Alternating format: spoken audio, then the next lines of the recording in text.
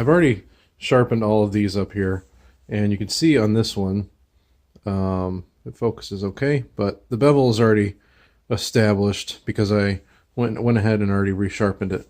This one is a 60 grit, and this one's 120 grit, so I start with this one, and then I finish with this one.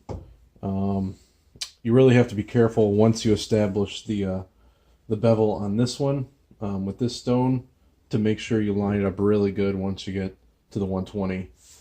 But once you do that, it doesn't take very long to get a sharp edge on this. But to help you out, if you're not sure if you're going to be making contact with it, you can take a Sharpie and color the bevel side of it. Doesn't have to be purple, it could be black.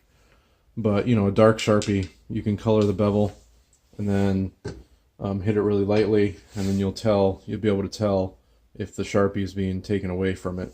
But so we'll do this really quick. I just kind of keep it centered on the wheel. So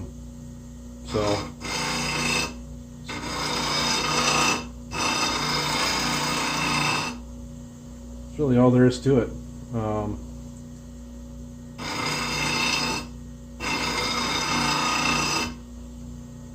So as you can see, there's really nothing to it. I don't know if you can tell on that, but got a nice clean grind on it.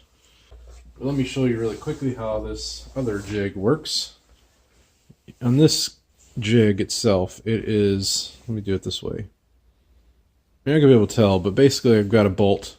So it's pressing down on the flute. So it's perfectly, it's keeping it at 90 degrees with the jig.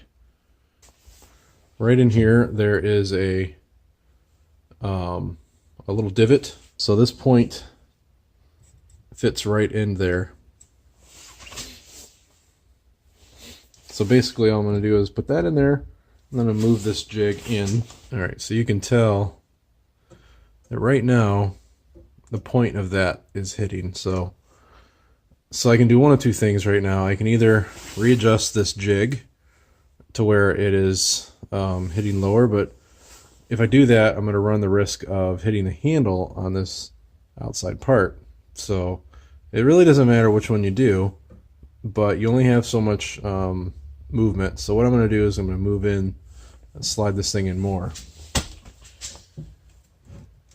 And I apologize for hitting the tripod, but it is what it is. So I'm basically moving this in till I get that's way too far, but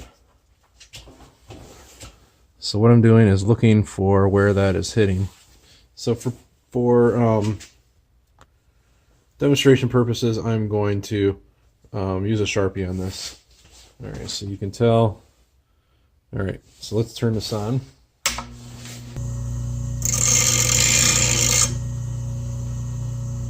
Alright, so you can tell that is making contact with the bevel. I could actually bump it in just a little bit. So I moved it in just a slight little bit. So now that is going to... Alright, so that's removing all of the marker here. So I can go ahead and grind away on this thing.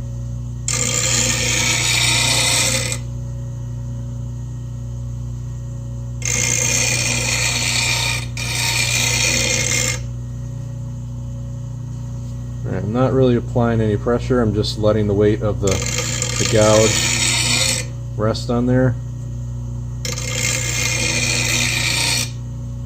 I'm pretty much going all the way around until the whole thing is sharp.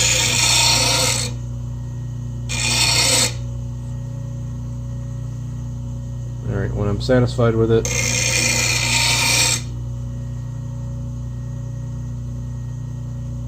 pretty good.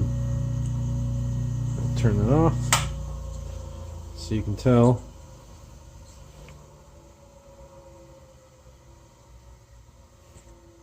Alright, so it's pretty clean grind on there. Alright, so that is pretty good. Pretty even grind on there. So that's the benefit of using the marker on there because you get a good, you can tell where it's hitting on the grinder. I've already referred several people on Instagram to this jig, so it's a really good plan with a printout, a 1-to-1 ratio printout that you can basically glue it to the wood, and you can cut each part out individually. So it made it really simple to make this jig.